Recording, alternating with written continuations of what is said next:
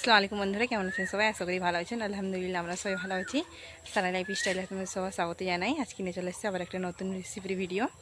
আজকে আসছি আমি একটা দাউলি নিয়ে এঁচড় কাটতে। এঁচড় কাটার জন্য আসছি। আজকের রেসিপি হচ্ছে এঁচড় দিয়ে মাংস দিয়ে রান্না করব, তাই জন্য চলে আসছি এঁচড় কাটতে। আমাদের বাগানে অনেক এঁচড় হয়েছে, দেখাচ্ছি আপনাদেরকে। এই দেখুন আমাদের বাগানে কত এঁচড় হয়েছে আমাদের গাছগুলোতে।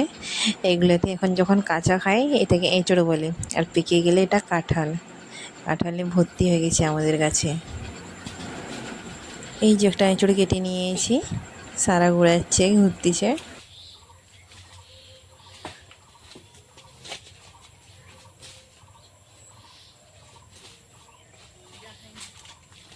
এই দেখুন একটা ছোট রকম এঁচড় কেটে নিয়েছি, এটা হলেই হয়ে যাবে। খুবই নরম আছে, খুব সুন্দর। এঁচড় দিয়ে মাংস দিয়ে খেলে খুব ভালো লাগে।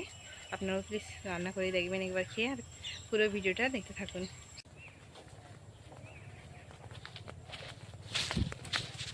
এঁচড়টাকে এখন আমি বানিয়ে নেব। এই এঁচড় বানানোর জন্য আগানে হাতে সরষে তেল লাগাতে হয়। সরষে তেল যদি না লাগাই তাহলে হাতে আঠাগুলো যে আছে আঠা সব লেগে যাবে।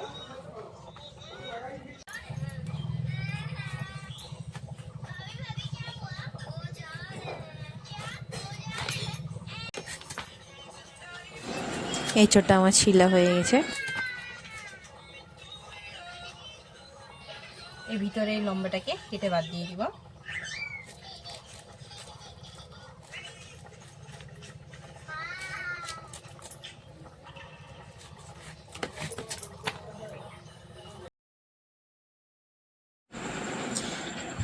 এই দেখুন সব এঁচড়গুলো আমার বানানো হয়ে গেছে।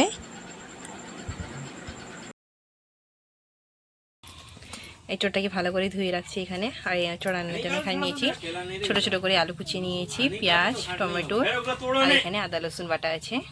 জলটার মধ্যে আগানে হলুদ নুন দিয়ে এঁচড়টাকে সিদ্ধ করে নিব। এঁচড়টা চাপিয়ে দিয়েছি, তাতে দিয়ে দিব 1 চামচ হলুদ গুঁড়া,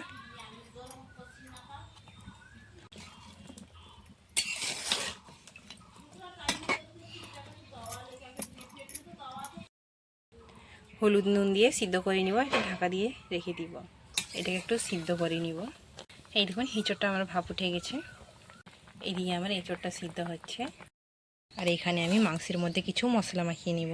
1 চামচ হলুদ গুঁড়া নিয়ে নিচ্ছি, 1 চামচ ধনা গুঁড়া নিয়ে নিচ্ছি, 1/2 চামচ লাল মিরিচ পাউডার নিয়ে নিচ্ছি, 1 চামচ জিরা গুঁড়া নিয়ে নিচ্ছি, 1 চামচ ধনা জিরা গুঁড়া ভাজা নিয়ে নিচ্ছি, 1 চামচ নুন নিয়ে নিচ্ছি, একটা শুকনো লঙ্কা, একটা তেজপাতা নিয়ে নিচ্ছি, একটা পেঁয়াজ কুচি নিয়ে নিচ্ছি, 1 চামচ আদা রসুন বাটা নিয়ে নিচ্ছি। সব মশলাকে একসঙ্গে ভালো করে মিক্স করে নিব হাত দিয়ে। মাংসের সঙ্গে মশলাটা আমি ভালো করে মিক্স করে নিয়েছি। কালারটা দেখুন কত সুন্দর এসেছে। শুধু এটাকে চাপা দিয়ে এখন কিছুক্ষণের জন্য রেখে দিব। এঁচড়টা আমার সিদ্ধ হয়ে গেছে, এবারে নামিয়ে নেব। ছেঁকে ছেঁকে তুলে নিব এরকম। কড়াই এখন তেল দিয়ে দিব। তেলটা গরম হয়ে গেছে, তারপরে এঁচড়গুলো দিয়ে দিব।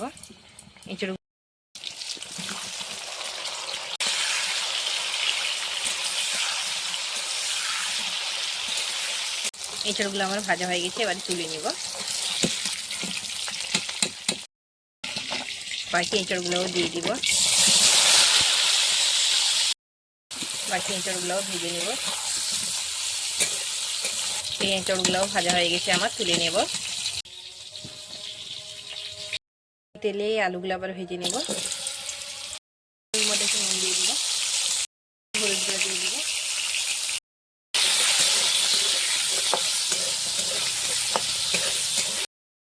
আলুগুলোও ভাজা হয়ে গেছে আমার, তুলে নেব।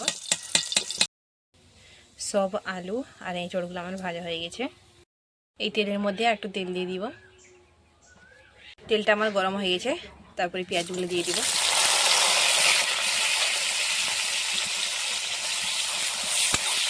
এর মধ্যে দিয়ে দিব 2টা লং আর 2টা এলাচ। আমার ভাজা ভাজা হয়ে গেছে, তারপরে দিয়ে দিব 1 চামচ আদা রসুন বাটা। তারপরে দিয়ে দিচ্ছি টমেটো কুচি, তারপরে দিয়ে দিব ম্যারিনেট করা মাংসটা।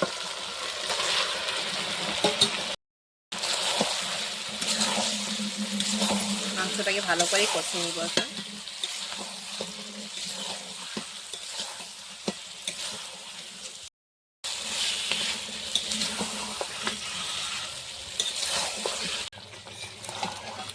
মাংসটাকে এরকমভাবে এখন কিছুক্ষণ কষিয়ে নিব। মাংসটা সিদ্ধ হওয়ার জন্য একটু জল দিয়েছি। মাংসটা আমার সুন্দরভাবে কষা হয়ে গেছে। তারপরে এই ভাজা এঁচড়গুলা আর আলুটা দিয়ে দিব।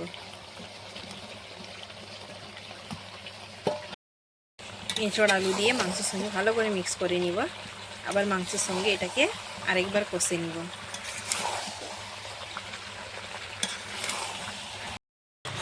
এই এঁচড় আর মাংস কিন্তু খেতে খুবই টেস্টি লাগে, হেভি সুন্দর লাগে।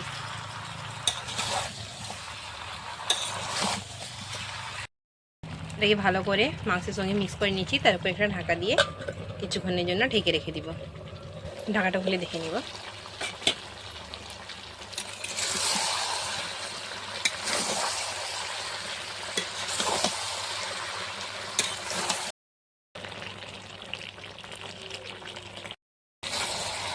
তরকারিটা দেখেই দেখুন কত সুন্দর লাগতেছে, খেতে মন যাবে, খুবই টেস্টি লাগে খেতে।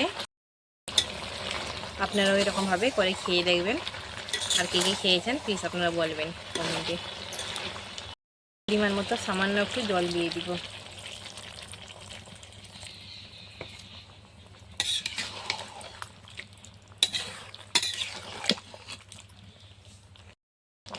পরিমাণ মতো জল দিয়ে দিয়েছি। তারপরে এটাকে 5 মিনিটের জন্য ঢাকা দিয়ে ছেড়ে দিব। 5 মিনিট পরে ঢাকাটা খুলে দেখে নিব। দেখুন আমার তরকারিটা পরে রেডি হয়ে গেছে। এবারে নামিয়ে নিব। তরকারিটা এখন আমি নামিয়ে নিব। নামিয়ে নিয়েছি।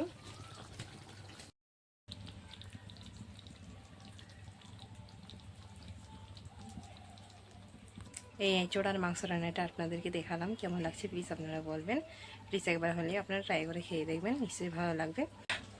ভিডিওটা আমি এখানে শেষ করতেছি। যদি আমার ভিডিওটা ভালো লাগে প্লিজ আপনারা আমার চ্যানেলটিকে সাবস্ক্রাইব করবেন, লাইক করবেন, শেয়ার করবেন এবং কমেন্ট করবেন। Thank you so much.